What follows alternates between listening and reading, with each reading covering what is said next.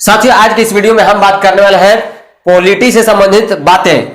जैसे प्रस्तावना आपने सुना होगा, तो जब हम प्रस्तावना की बात करते हैं तो यह प्रस्तावना की जरूरत क्यों पड़ी, संविधान में यह प्रस्तावना शब्द आखिर क्यों हुआ, आखिर इसका मतलब क्या है, और प्रस्तावना है तो है क्या। जब हम इसका इंपोर्टेंस समझ में एक दौर में समझ नहीं आया था, जैसे एनसीईआरटी कक्षा जब चल रही थी, जैसे आप 6, 7, 8, 9 में होंगे, तो उस समय आपने प्रस्तावना याद भी किया होगा, लेकिन उसका इंपोर्टेंस, उसका महत्व पता नहीं चला होगा।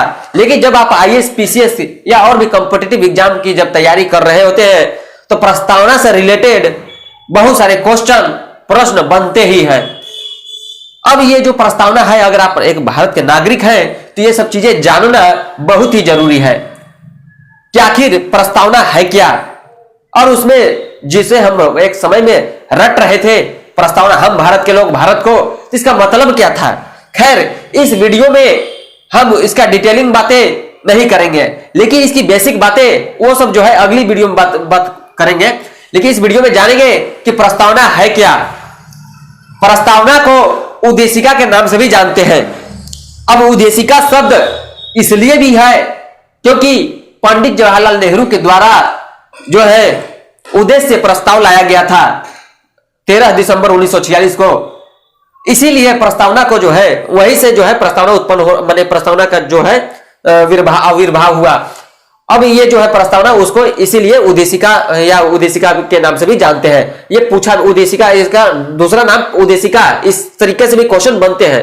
तो खैर, अब बात करते हैं कि प्रस्तावना है क्या। अब इसको जो है जमानतर याद रहना चाहिए।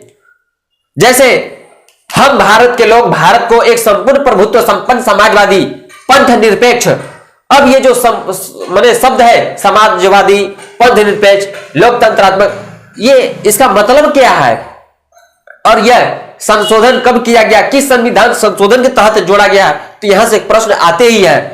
तो हम भारत के लोग भारत को एक संपूर्ण प्रभुत्व संपन्न समाजवादी पंथ निरपेक्ष लोकतंत्रात्मक गणराज्य बनाने के लिए तथा उसके समस्त नागरिकों को सामाजिक, आर्थिक और राजनीतिक न्याय, विचार, अभिव्यक्ति, विश्वास, धर्म और उपासना की स्वतंत्रता, प्रतिष्ठा और अवसर की समता प्राप्त कराने के लिए तथा उन सब में व्यक्ति की गरिमा और राष्ट्र की एकता और अखंडता सुनिश्चित करने वाली बंधुता बढ़ाने के लिए दृढ़ संकल्प होकर अपनी इस संविधान सभा में आज तारीख 26 नवंबर 1949 ईस्वी ब्रैकेट में मिति मार्ग से शुक्ल सप्तमी सन 2006 विक्रमी को एतद द्वारा इस संविधान को अंगीकृत, अधिनियमित और आत्मार्पित करते हैं। ये जो था प्रस्तावना था, और ये जो प्रस्तावना में जो ये सब बातें हैं, ये सब जो शब्द हैं, ये सब चीजें जबान होनी चाहिए, क्योंकि तभी आपको जो है मतलब जब आप इससे रिलेटेड जो चीजें पढ़ेंगे, जैसे अब हम भारत के लोग, अब इसका